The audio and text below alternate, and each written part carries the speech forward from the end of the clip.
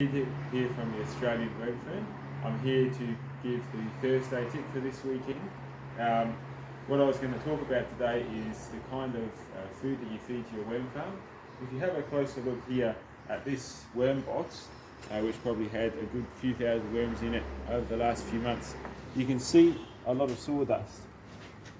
As you go down further, you see even more. Now, some of it has broken down a little bit, or it's become moist and the worms have worked through a little tiny bit of it.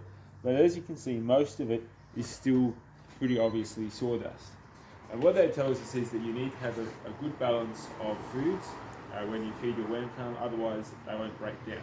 Sawdust is a particularly good example of this because it is obviously comes from wood. It does take a long time to break down. If you want to break down sawdust, the best way to do that is to mix it well with things like grass clippings, manures that have been checked for worm medications. You might put some food scraps in there and use the sawdust on something like a 15 to 20% ratio at the most. You might use sawdust or coconut coir to help dry out really wet worm bedding, but you wouldn't use it as your primary base. So just to give you an idea of how long this is taking to get to where it is now, we've had this for about 6 to 8 months as sawdust.